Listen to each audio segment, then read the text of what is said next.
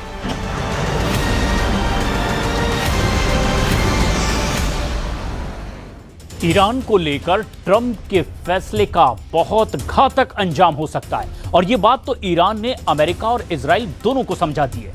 और अगर युद्ध हुआ तो समझ लीजिए कि इजराइल का हर मिलिट्री बेस ईरान के टारगेट पर होगा।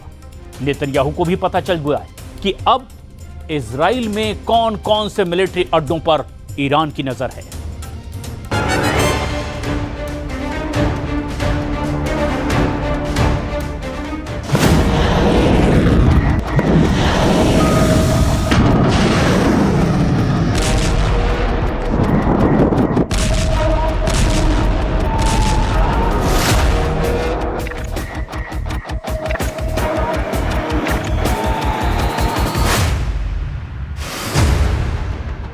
युद्ध तो ट्रंप फाइनल कर चुके हैं,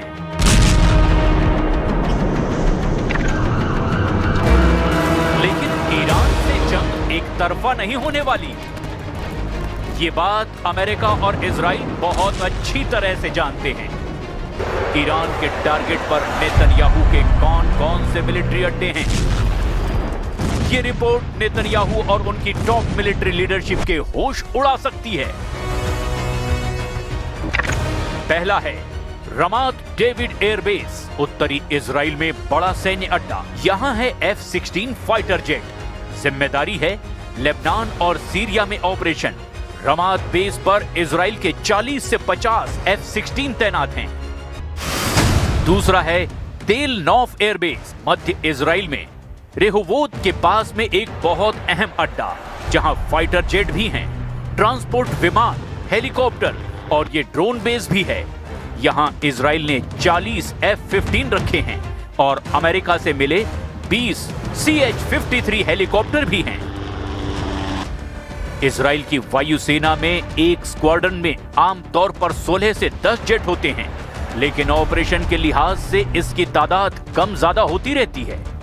वहीं मिशन के हिसाब से UAV को अलग अलग अड्डों पर तैनात किया जाता रहा है। लेबनान और गाजा में लगातार ऑपरेशन की वजह से इनकी जरूरत लगातार बनी रहती है। अब देखिए कुछ और बेस। पालमशिम एयरबेस, मध्य इजराइल में इस अड्डे को स्पेस पोर्ट भी कहा जाता है। यहां इजराइल की मिसाइल टेस्टिंग साइट भी है। यहां पर इजराइल का एरो मिसाइल डिफेंस सिस्टम भी तैनात है। यहां इजराइल ने सपोर्ट और अटैक रोल के 50 हेलीकॉप्टर तैनात किए हुए हैं। मध्य इजराइल में हेत्जोर एयरबेस, अशदोद के पास इस अड्डे में कोई फाइटर स्क्वाड्रन तो नहीं। अब ये इजराइल के घातक ड्रोन स्क्वाड्रन्स का बड़ा अड्डा बन चुका है। यहां पर इजराइल के हेरोन और ऑर्बिटर जैसे ड्रोन तैनात हैं। आपने इजराइल के 4 अड्डे देख लिए, लेकिन ईरान इजराइल के सबसे सीक्रेट मिलिट्री बेस के खिलाफ बहुत बड़ा प्लान करके बैठा हुआ है। ये वो अड्डा है जिस पर ईरान सबसे ज्यादा मिसाइल बरसा चुका है। नेवातिम पर पहला हमला हुआ 1 और 2 अक्टूबर 2024 की रात, जब ईरान ने ड्रोन और मिसाइल अटैक करके इजराइल से हमास चीफ इस्माइल हानिया और हिजबुल्लाह चीफ हसन नसरल्लाह की मौत का बदला लिया।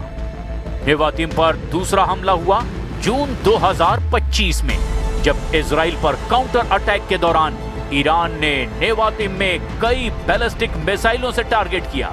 इन दोनों हमलों ने इजराइल को बता दिया कि उसका सबसे सुरक्षित अड्डा ईरान की जद में है। यही वजह है कि इजराइल को सबसे ज्यादा खतरा दक्षिण में है। नेतन्याहू ने अपने दक्षिण के सभी मिलिट्री बेस को हाई अलर्ट पर रखा हुआ है। दक्षिण में इजराइल की एयरफोर्स अड्डों की रिपोर्ट भी ईरान के पास मौजूद है और इनमें नेवातिम टारगेट लिस्ट में सबसे ऊपर रखा गया है। नेवातिम एयरबेस दक्षिण इजराइल में ये अड्डा नेतन्याहू का सबसे सीक्रेट अड्डा माना जाता है। यहां तैनात है स्टेल्थ फाइटर जेट F-35, यानी इजराइल का सबसे आधुनिक फाइटर। नेवातिम में 48 F-35 स्टेल्थ लड़ाकू विमान तैनात हैं। ये रडार की पकड़ में नहीं आता। ये अमेरिका से मिला इजराइल को अब तक का सबसे घातक फाइटर जेट है। हात्जेरिम एयरबेस दक्षिण इजराइल में बीरशेबा के पास ये है एक बहुत ही अहम अड्डा। हात्जेरिम में 25 F-15 तैनात हैं और इतने ही F-16 भी हैं। इसीलिए नेगेव के रेगिस्तान में ये इजराइल का दूसरा खास अड्डा है। ईरान के टारगेट पर इजराइल के कम से कम 25 ठिकाने हैं। इनमें डिमोना प्लांट जैसे परमाणु अड्डे भी हैं। इनमें मिलिट्री बेस भी है और ऐसे टारगेट्स पर ईरान के मिसाइल फिर से लॉन्च होने के लिए तैयार है। अब खामनेई के ऑर्डर पर इजराइल को दहलाने की पूरी तैयारी है। ईरान की हर वो मिसाइल जिसकी रेंज 1500 के आसपास है, वो फिर से इजराइल पर हमले के लिए अब पूरी तरह तैयार कर दी गई है।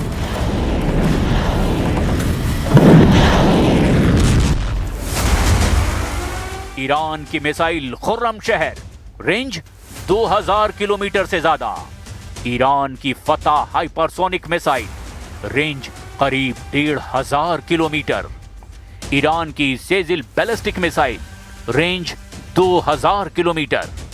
ऐसी ही ईरान के पास 8 तरह की मिसाइल है जो इजराइल के एक-एक इंच को कवर करती है।